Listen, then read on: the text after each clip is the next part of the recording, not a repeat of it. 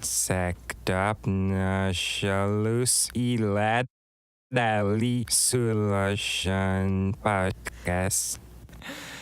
Okay, we have a new question for you, and we have a special guest as well. Woo!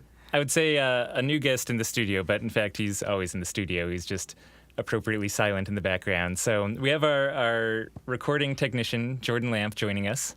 Hey guys. Woo! And the question today is, should I let someone with long, capital long, dreads float? Will it damage their hair or the water? And Jordan's here with us because he has long, capital long dreads on his head and has floated many a time. And so we thought he'd be a good person to offer some insight here. Yeah. So, yeah, what do you think? Let's start with does it damage your hair? I'm going to go no. It does make it very heavy. If you had longer dreads than I did, it's possible that it's really going to pull on your head because the weight of the salt and the water combined makes them just incredibly heavier than just taking a shower or something. Huh. And so when I go to sit up out of the tank, there's this incredible yanking sensation on my neck. And if you had properly down to the floor dreads, that may pose. You'd have to get out a different way. But once you got to the shower and you rinsed your hair real well, once the salt's out, then you would just have wet dreads, which everyone's used to. So, but what's that process like? Getting the salt water out of your dreads, I bet is what they're and curious actually, about. how long are your dreads, out of curiosity? Well, I'm 6'3", and they go down just almost my butt, I guess, the bottom of my back. So Wow. Okay. a few feet. Yeah. That's pretty serious.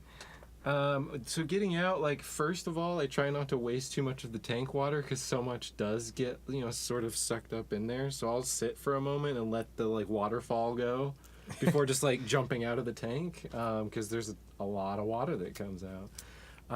And then usually it's just a big, pool noodle sponge, essentially, So you just do a couple rings and then you're a pound or two lighter at that point. And then you just shower as usual. It's really no big deal. And does the shower take longer than usual to get all of the salt out of your dreads? Or? No. In fact, I almost would not be hyper diligent because the salt is drying. And then the way that the hair works, it's scales. Hair follicles have a scale system. And so when oils and waxes or anything else coats that, it makes it slippery. And it detangles, which is the opposite of a dread. So something like going to the beach and swimming in the ocean is actually really good for dreads because it dries them out and it locks them up tighter. Oh. So I almost don't try too hard to rinse it out. I mean, you don't want it flaky and you don't want that thick texture about it, but I don't try too hard at the same time. Interesting. So you'd almost say that floating is good for your dreads. Yeah, totally. Interesting. Absolutely. If I wanted dreads, I should just go dump my head in a float tank a few times. And then I just have dreads. Is that how it works, Jordan? That sounds like what you're saying. Kinda. Sure. I don't see why not. It's my medical advice. Okay, great. This is Dr. Jordan Lamp. Okay, and then what about the float tank water as well? I guess that's a question for us. Right, yeah. Which is, we let people with dreads float on all the time. We're in Portland, Oregon. It happens almost every day. And it's not an issue. We haven't really had any problems with it. More so than someone a woman who has long hair or a man who has long hair, just long hair in general, I should say. It hasn't been a problem for us either. You do get long hairs in the float tank, and the same thing will happen with dreads. Yeah, I mean, it's just part of it, right? People are bringing stuff into the float tank, and your float tanks have equipment, and you have operations to deal with that sort of stuff. So dreads, if someone has, I guess, long, dirty dreads, that's going to be a little bit more stuff than a normal person would bring into a float tank. But at the end of the day, your system should still be able to handle that, and that's just part of the operation. So I wouldn't really be too concerned about it. Yep, no more so than with just regular long hair. Again, seems to be the same kind of thing, and we definitely don't prohibit people with long hair from hopping in the float tank or anything like that.